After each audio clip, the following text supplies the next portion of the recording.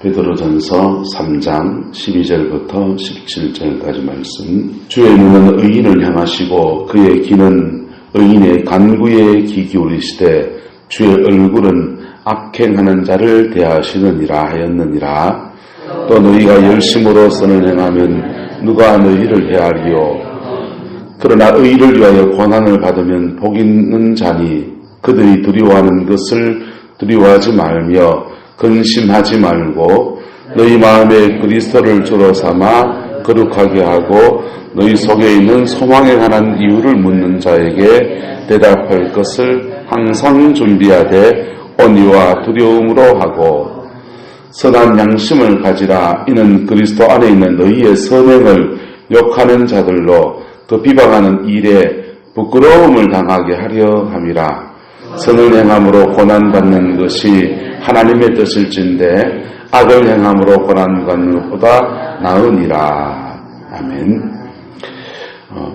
12절을 보면은 주의 눈은 누구를 향하시고요? 의인을 향하시고 주의 귀는요?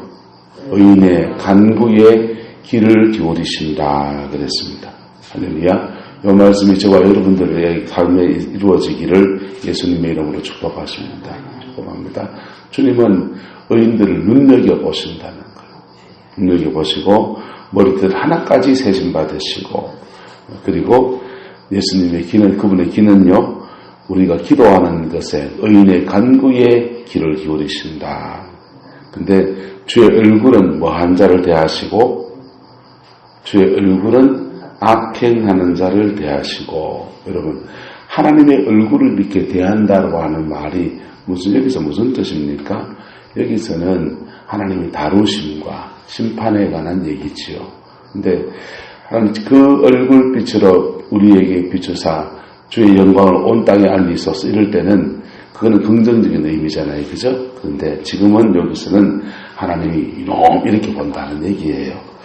여러분, 우리가 나그네 인생을 살아가면서 우리가 주의해야 될 것은 하나님 눈에 안 보이는 분이라고, 하나님이 살아계시지 않은 게 아닌가, 또 하나님이 없다, 그렇게 생각하면 절대로 안 되는 겁니다.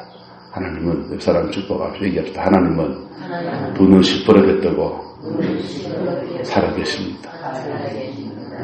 하나님이 살아계신 증거들이 요즘은요, 과학이 발달하면서 굉장히 놀라운 것들이 발견됩니다.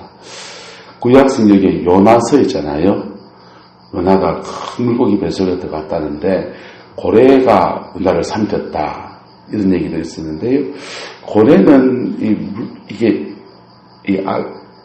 입하고 이렇게 뱃속에 들어가는 거기 사이에 가림막 같은 게 있어가지고 사람 같은 큰 물체를 삼킬 수가 없어요, 통째로.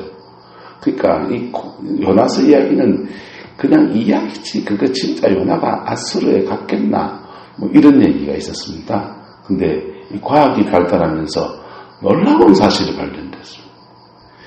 이 요나가 활동하던 시기에, 요나가 아시리아에 갔을 때에 그 아시리아의 역사가 쫙 이렇게 펼쳐져요. 역사가 쫙 펼쳐지는데, 요나가 아시리아에 가서 회개를 하루 외쳤습니까? 며칠 돌아다니면서 했습니까? 딱 하루 했거든요. 회개하라! 40일이 지나면 이 성이 멸망할 것이다! 이렇게 외쳤어요. 그런데 요나가 외친 그날이 무슨 날인지가 분석이 됐습니다. 역사에 그냥, 아시리아 역사에 그냥 좀 역사가 어려웠던 얘기, 힘들었던 얘기, 이런 얘기만 좀 나오는데요. 뭐가 나오기 시작했냐면요, 천체 물리학을 조사해 보니까 우주가 태양과 달과 지구가 움직이는 것은 늘 일정하게 돕니까? 사람 마음 따라 고무줄처럼 움직입니까? 늘 일정하잖아요. 그래서 과거의 우주는 어땠는지, 과거의 달은 어떻게 떴는지 이제 역조사가 다 가능한 시대가, 컴퓨터 기술이 발달해가지고. 그래서 아시리아의 수도 니느웨에 요나가 회개하라고 외친 날에 무슨 일이 있었는가, 쭈쭈쭈쭈쭈 시계를 거슬러서 찾아보니까 그날 개기일식이 일어났어요. 무슨 일식이요? 개기일식이 뭔지 아세요? 달이 태양을 가리워서 대낮에 한 5분 정도 니느웨 성에 깜깜해집니다. 니느웨가 깜깜해졌어요. 아수르가 대제국 건설하고서 막 주변 나라를 점령해봐서 얼마나 잔인한 짓을 많이 했냐면요. 사람을 다 죽이고 어린 아이들하고 여자들만 남겨가지고 그것도 다른 민족하고 뒤섞어가지고 인정 혼합 정책을 펼쳐가지고 자기들 통치하기 쉬운 나라를 만들려고 하기 위해서 얼마나 잔인했던 나라가 아시리아예요. 그런데 아시리아가 그렇게 전쟁을 할 때마다 근데도 그런데도 계속 승리를 했는 거예요. 승리를 했는데 어느 날은 정복전쟁에 나가서 크게 대패하고 온 날이었습니다. 대패하고서 그냥 침몰해가지고 와 있는데 어떤 이상한 말 쓰는 승자가 와가지고는 딴 나라 사람이 와가지고는 한마디를 외칩니다. 뭐 아시리아 말을 잘 알겠어요. 그냥 몇 가지 단어 번역했는 말 회개하라. 회개하라고 아니고 40일이 지나면 니느웨가 멸망하리라 하면서 그 성을 한 바퀴 돌아다닌 것. 아무도 역사에 나오지 않지만 그놈 누구 잡아들이라 하는데 그거 외치고는 그 선자 사라질 거 없는 거예요. 그래가지고 화가 나가지고 그놈 잡았나 안 잡았나 이러는데 바로 그 다음 날쯤 돼가지고 하늘이 새까맣게 된 겁니다. 여러분 지금도 만약에 붉은 대낮에 하늘이 새까맣게 되면 여러분 마음이 어떻겠어요? 와 새로운 구경거리가 생기니 하늘이 새까매지다니 이러겠습니까? 두려운 마음이 들겠습니까? 두려운 마음이 들잖아요. 근데 그 당시에 고대 왕국들은요 태양을 신이라고 숭배합니다. 태양신. 태양이 신이라고 숭배하는데 그 신이 갑자기 사라져버린 거예요. 아이쿠 태양신이 놓였다. 그래가지고는요 진짜로 회개하고요. 그 뒤로는 아시리아가 그 막 정복 전쟁하는 것들, 그 잔인한 것들을 끊어서 그런 일이 안 일어나는 거. 하나님 살아계십니까? 안 살아계십니까? 태양하고 달하고 불이 이렇게 석 가려지는 그때를 딱 맞춰가지고 누구를 보낸 겁니까? 나를 보내신 거.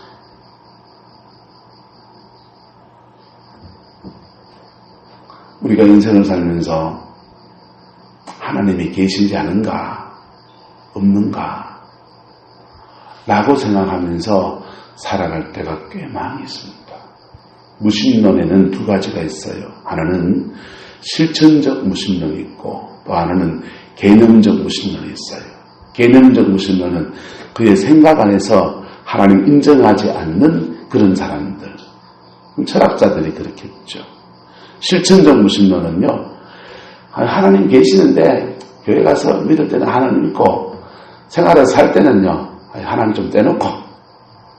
여러분 하나님은 불꽃 같은 눈으로 저와 여러분을 굽어 살피시는 분이십니다. 그분의 눈앞에서 의인으로 하나님의 인정이 되면요 여러분 이 의인이 완벽한 의인이겠어요? 의인으로 살아가려고 하는 그 방향성을 가진 사람이겠어요? 사람 따라합시다. 속도보다 방향입니다. 여러분 누가 더 깨끗하나 안 하냐 여러분 그거는 우리 눈에 그러는 거라고요. 저 산이 올라가서 말봉주 정상에 올라가서 구름 한번 보세요. 저 큰 건물들도 저 손가락 지갑만 하지요. 도토리 키재기밖에 안 된다고요. 근데 하나님은 우리의 중심을 정확하게 하신다. 아직 부족하지만 하나님 앞에 바른 방향성을 가지고 있는가?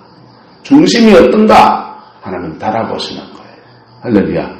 그 달아보실 때에 하나님께로부터 칭찬과 영광을 얻게 되기를 예수 이름으로 축복합니다. 그래서 주의 눈이 의인을 향하셔서 그 의인을 찾아내시고요. 그 의인을 어느 순간인가 들어 쓰시기 시작합니다. 요셉이 그 보디발의 집에 있다가 감옥에 갇혔을 때는 인생의 절망 아니겠어요? 무슨 소망이 있겠습니까? 근데 감옥 안에서도 누가 계시니까? 하나님이 함께 하신다라고 하는 그것 때문에 하루하루 믿음으로 살아가는 것입니다. 살아가는 거예요. 근데 보디발의 아내가 유혹할 때 누가 보는 사람 없는데 뭐 한번 그래 버리고요. 그 당시에 우리나라도 마찬가지고 하지만 왕궁에 거하는 밤에 정조해야 되는 남자는 거세를 했단 말이에요. 그래야 왕의 여자들을 건드리지 말라고 내시를 만들었다고 그 시대가. 그러니까 보디발의 아내는 성적인 욕구를 채울 때가 있다고요, 없다고요? 없으니까 지금 딴 남자 유혹하는 거라고요. 그런 상황에 요셉이 이렇게 예쁘고 아름답고 멋있고 하니까 그럴 때 누구를 두려워해서? 하나님을 두려워해서 감옥에 갈지라도 영혼의 정결을 지키는 것입니다. 할렐루야. 하나님이 그것을 지켜보시고 또 지켜보시고 몇 번을 지켜보시면서 요셉이 합격이 땅 되었을 때에 하나님의 때가 되니까 갑자기 감옥에서 뒤로 돌아가 하면서 맨 꼬발에 있던 사람이 맨 앞서간다 하듯이 졸지에 애국 총리의 자리에 그를 더 세우시는 거예요. 그게요, 의인의 길을 걸어가는 사람은요, 속도보다 방향이라고 천천히 가더라도요, 그 인생의 말년에 하나님이 이런 복을 주시든지요, 아니면 그의 자녀되어 주시든지 반드시 주십니다. 왜 그러냐? 하나님은 공정한 재판관이세요. 하나님은요, 심은 대로 정확하게 거두게 하시는 거예요. 그래서 잘못 심었다 싶으면 얼른 뽑는 게 상책이다, 하책이다? 그게 상책이에요. 잘못 심었다 싶으면요, 말도 실수했다 싶으면 얼른 가서 아이고 내가 말 실수했다 하고 사과하는 게 얼른 상책이다. 그게 호미로 막을 거 호미로 막는 거라고요. 할렐루야. 그래서 이 방향을 가지고 쭉 가면요 때로는 14절에 의를 위하여 고난받는 일이 일어나지요. 의를 위하여 고난받는데 그는 뭐한 사람이다? 복 있는 사람이다. 근데 의를 위해서 고난이 일어날 때에 뭐 하지 말아야 되냐면 그들이 두려워하는 것을 뭐 하지 말고 두려워하면 안 돼요. 그들이 근심하는 것을 뭐 하지 말고 근심하지 말고. 이게 어려운 거야. 의인이 받는 고난이 있는데 사람이 착하게 살면 사람들이 세상 사람들이 업산적이고 만만하게 돼가지고 함부로 막대하는 게 있단 말이에요. 그런데 그때 그 속에서 심정이 상하고 속 상하고 빈정 상하고 마음의 담대함을 잃어버리고 아이쿠 나도 이래서 하면 안 되는가 하면서 막 스스로 무너져 버리는 사람 있어요, 없어요? 그거는요 사단이 양동작전에 걸려드는 거라고. 그때 그는 뭘 지켜야 됩니까? 하나님 앞에서 그때 여러분 마음을 주게 어떻게 해야 되는 겁니다. 할렐루야. 저와 여러분의 마음을 하나님께 늘 의탁하는 은혜가 있기를 축복합니다. 임생의 힘든 고비를 지나갈 때요, 여러분의 마음을 주님께 의탁해 보세요. 그러면요, 주님이 우리의 심정을 든든하게 잡아주신다. 든든하게 잡아주시고 그 고비 꿋꿋하게 지나가게 하십니다. 그리고 난 뒤에 복이 오는 거예요. 뭐가 온다고요? 하나님 왜 그러시느냐? 하나님 몰라요. 그래요. 사람은요, 다 각자의 요단강을 건너가야 가나안이 열리는 거예요. 그 영적 고비를 확 지나가는 때는요, 천지사방에 그냥 막 일어나는 거죠. 근데 그 속에서 나도 흔들려 보자 됩니까? 흔들리는 세상에 나도 흔들려 보면 하나님의 복이 뒤로 물어가 버려요. 땡겨지게 되기를 예수님 축복합니다. 그래서 가정 안에서 이걸 적용하면요, 자, 아내가 벌벌벌 거리든지 남편이 벌벌벌 거리든지 그 속에서 핍박받는 상황이 일어납니까? 안 일어납니까? 그러면 핍박받는 상황이 일어날 때 그때 누구라도 믿음을 지켜야 됩니까? 따라합시다. 나라도 믿음을 지켜야 됩니다. 네. 나라도 믿음을 지켜야 돼요. 그 찬송주에 그 있잖아요. 낙심한 자 돌아오는 그날까지 서리라. 어떤 상황에 가면 나라도 그냥 버티고만 있어가 되는 게 아니고 그때 내 마음을 누구한테 고백해야 됩니까? 하나님한테 고백하면요. 그때는 기도도 세게 안 나와요. 마음에 심정에 괴로움을 토할 때 한나가 세게 기도합니까? 그냥 막 술 취한 여자처럼 그냥 쫑알쫑알 거립니까? 기도가 세게 나오는 사람도 있죠, 그때요. 그런데 대부분의 사람들은요, 기도할 힘도 없어요, 그때는요. 근데 주님이 그때 의인의 간구를 들으시는 거예요. 핍박받는 한나의 간구를 들으셔서 복은 누구 주시고, 복은 한나의 태를 열어주시고, 그 태 열린 태에서 단순한 아들이 아닌 민족의 지도자가 일어나는 큰 은혜를 베풀어 주시는. 그래서 17절 선을 행함으로 뭐 받는 것이 고난받는 것이 하나님의 무엇일진데 뜻일진데 악을 행함으로 고난받는 것보다 뭐하다? 낫다. 선도 안 행하고 악도 안 행하면서 고난도 안 받고 그러기 원합니까? 그러면 큰 복은 없습니다. 16절입니다. 선한 양심을 가지라 그랬어요. 선한 양심을. 여러분 마음에 하나님 앞에 선한 양심을 갖기를 축복합니다. 그러면요. 이런 상황 저런 상황 속에서 하나님은 언제나 우리에게 응답하시는 분이세요. 특별히 힘든 시간을 지나갈 때는 하나님이 그렇게 가까이 계세요. 네. 시편 23편에 보면은 사망의 음침한 골짜기를 지날지라도 우리가 해를 두려워하지 않을 것은 무엇임이라고 합니까? 주께서 나와 함께 하심이라 그랬어요. 함께 하심이라. 주님의 지팡이와 주님의 막대기가 우리를 안전하게 호위하신다 그랬습니다. 할렐루야. 그래서 그때 내 마음을 불같이 그냥 고백하는 그 의인의 간구, 그 간구가요, 그의 영혼에 세기를 열어주는 거예요. 그 영혼의 세기를 열어주고요. 그의 영혼의 영적 성장을 확 이루어주고 그리고는 하나님의 큰 일을 감당할 그릇이 되기 때문에 하나님이 그에게 복을 주시는 겁니다. 그래서 이 광야의 길 중에서 특별히 나그네 인생, 지금 베드로 사도가 말하는 이 나그네 인생을 걸어가는 여정에는 자기가 신앙에 자랐든지 제자였든지 제자가 아니든지 목사였든지 목사가 아니었든지 상관없이 나그네 인생의 여정을 갈 때는 자기도 어쩔 수 없는 상황인지 모르지만 어쨌든 십자가의 길을 걷게 돼 있다고. 근데 예수님이 12제자를 불러놓고 따로 교훈하신 말씀이 있어요. 그게 산상수훈입니다. 산상수훈에 심령이 가난한 자는 천국이 저희 것이며 그래서 하나님 나라의 천국의 상에 대한 얘기를 쭉 가져가 8가지 복에 대한 얘기를요. 그 중에 한 가지가 뭡니까?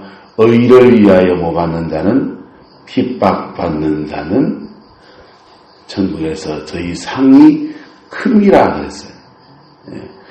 온유한 자는 뭘 받고요? 빵을 기업으로 받을 것이고 이랬어요. 근데 의를 위해서 핍박받는 중에 뭘 지켜야 되냐? 온유한 자가 돼야 되는. 여러분 핍박받는데 온유함이 나오겠어요? 참아야지 이러겠어요? 안 된다니까. 참아야지 하면은 자꾸 이거 안으로 지금 이거를 스트레스를 쌓고 있는 거라고요. 어느 날 되면 폭발해버려요. 의를 위해서 핍박받는 중에 온유한 자가 돼야 되는 거예요. 미치고 한다고 발다뛰겠죠. 그래서 상한 마음을 누구한테 말해야 되는 겁니까? 하나님한테 말해야 돼요. 그래야 그분이 주는 그 은혜 때문에 우리의 마음이 가라엎어지고 부드러워지고 온유해지는 거예요. 예. 집을 먹이는 개도 매일 몽둥이로 좁혀고 핍박해보세요. 싸나워집니까? 온유해집니까? 싸나워지잖아요. 그런데 나그네 인생 걸어가는 여정이 십자가를 지나가는 여정을 걸어가게 되면 핍박을 받는데 온유해져야 되는 거예요. 뭔 뜻을 이해가 됩니까? 핍박을 받는데 온유해져야 된다. 그래야 그게 승리예요. 핍박을 받는데 사랑해야 된다. 누구를요? 원수를. 그게 예수님이 십자가에서 이루신 것입니다. 우리가 그 여정 걸어간다고 해서 누구 하나 제사할 수는 없어요. 우리는 교주가 아니에요. 우리는 예수님이 아니라고요. 하지만은 그런 여정을 걸어간 사람들을 통해서 하나님의 나라가 확장되었습니다. 여러분 보세요. 부산에 가면은 경남지방은 호주 선교부가 선교를 했습니다. 근데 호주 선교부가 왜 경남지방에 선교를 했냐 하면요. 호주에서 한국에 선교사가 한 명 왔습니다. 데이비드 선교사라는 선교사가 왔어요. 이분이 서울 쪽에 와서 보니까 서울에는 이미 장로교단 선교사는 다른 나라 캐나다, 미국에서 온 선교사가 많이 계신 거예요. 그러면 조선에 다른 데 안 가본 데는 없느냐, 또 외진 데는 없느냐, 자기가 한번 가보겠다고 선교 정탐을, 선교 여행을 하면서 어디로 가냐면 부산에 왔거든요. 부산에 오셨다가 그만 풍토병에 걸려 돌아가셨어요. 근데 그 소식이 호주에 전해졌습니다. 야, 우리가 파송한 선교사가 너무 안타깝게도 젊은 나이에 가서 불과 2, 3년 만에 돌아가셨거든요. 정확한 나이는 제가 몰라요. 2, 3년 만에 돌아가셨는데 젊은 나이에 간지 그렇게 짧은 시간에 죽었는데 너무 안타깝다. 그 선교사 보내면 개죽음 당하는 데구나. 절대로 보내지 말아야지. 이랬겠어요. 아이고, 데이비드 선교사가 못한 걸 우리가 대신 딴 사람 보내서라도 감당하자. 이래야 되겠어요? 경남지방이 그런 겁니다. 그래서 호주 선교부에서 여성 선교사님들을 5분을 보낸 거예요. 그 5분이 부산 지방에 내려와가지고요. 일신 여학교 세우고, 여자니까 여학교 세우고요. 제가 지금에도 부산진교회를 세우고요. 일신 부인병을 세우고요. 그래서 여성들의 권익을 세워가면서 교회를 세워나간 거예요. 그게 모태가 돼서 부산 경남지방에 호주 선교부가 중심이 돼서 복음이 확 퍼져나간 거예요. 할렐루야. 이게 선으로 악을 이기는 사람들의 이야기인 겁니다. 작은 믿음으로 돼요? 큰 믿음이 있어야 돼요? 큰 믿음이 있어야죠. 여러분의 가정 안에서도 십자가를 지나가는 여정이 걸어가게 되면 이 믿음 가져야 성인 거예요. 잘 견뎠습니다. 그거 갖고 안 된다니까. 잘 견뎠습니다. 근데 속은 썩어 빠졌습니다. 그거 갖고 안 된다. 그거는 그도 사단의 공격 속에 있는 거예요. 사단의 공격을 이겨내면서 내게 속한 사람을 건져야 됩니까? 나도 공격받아서 여기 상하고 저 상하고 찔리고 어야 하고 병원 누워 있어야 됩니까? 그걸 이기고 내게 속한 사람을 건져내야 되는 거예요. 그런 승리를 하려고 할 때에 우리가 선을 행함으로 핍박받을 때에 누구를 생각해야 되느냐? 십자가에 달린 예수님을 생각해야 돼요. 십자가에 달린 예수님 생각하고 여러분의 마음에 있는 것들을, 응어리진 것들을 주님께 말해야 돼요. 말해야 돼요. 다윗이 사울하고 막 쟁론이 벌어졌습니다. 너무 힘들어가지고 얼마나 힘들었겠어요. 그래서 견딥니다. 막 도망다닙니다. 또 쫓아옵니다. 또 견딥니다. 그래가지고 다윗의 마음속에 다윗 사울에 대한 미움이 그냥 하늘 끝까지 솟아올랐습니다. 그리고 어느 날 사울을 만났습니다. 잘됐다 한 방에 쳐주겠습니다.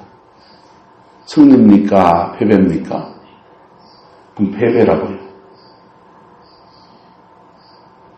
여러분, 십자가로 승리한다는 말이 무슨 말인지 이해가 됩니까? 그 승리의 길을 걸어간 사람들이 이 땅 가운데는요, 순조자라고 우리가 말하는 거예요. 때로는 그것을 살아있는 동안에 그 일을 걸어가는 사람들을 보고서 우리는요, 살아있는 순교자다 그렇게 말하는 거예요. 할렐루야. 여러분 가정 안에 이 사람 한 명 일어나면요, 가정의 변화가 확 일어납니다. 확 일어납니다. 사단에게 속한 것들이 박살나버리는 거예요. 기도받아가지고 해결되는 건요, 아주 작은 부분이에요. 아주 작은 부분이에요. 십자가 길을 걸어가는 사람 그 한 명 일어나면요, 영적인 변화는요, 기도 100만 하는 것보다요, 40일 동씩 세판하는 것보다요, 더 강력한 역사가 일어나요. 할렐루야. 그 길을 나는 자원해서 걷겠습니다. 훌륭하신 분이십니다. 존경합니다. 근데 따라합시다. 닥치면 해야 된다. 좋아서 할 사람 누가 있을까요? 없을까요? 별로 없죠. 별로 없죠. 손양호 목사님이나 좋아서 하시지 우리는 좋아서 못해요. 근데 닥치면 해야 된다, 해야 된다? 닥치면 해야 돼요. 할렐루야. 여러분에게 닥치면 뭐 해야 된다고요? 해야죠. 해야죠. 그렇게 할 때에 그 십자가의 길을 통해서 복음의 그 능력과 하나님이 주는 복이 쏟아지는 겁니다. 할렐루야. 그 은혜가 여러분 가정에 있기를 예수 이름 축복하고 우리 교회에 있기를 소망합니다. 기도하겠습니다.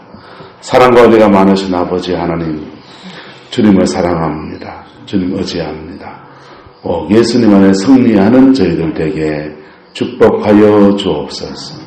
십자가의 영광을 보게 하시고 부활로 다가오시는 그 놀라운 하나님의 권세와 능력 안에서 반드시 승리하는 우리 모든 성도들 되게 축복하여 주옵소서. 가정 안에 주의 평강이 깃들게 하시고 가정 안에 주의 능력이 머물게 하시고 가정 안에 하나님의 복주심의 역사가 쏟아지게 인도하여 주옵소서.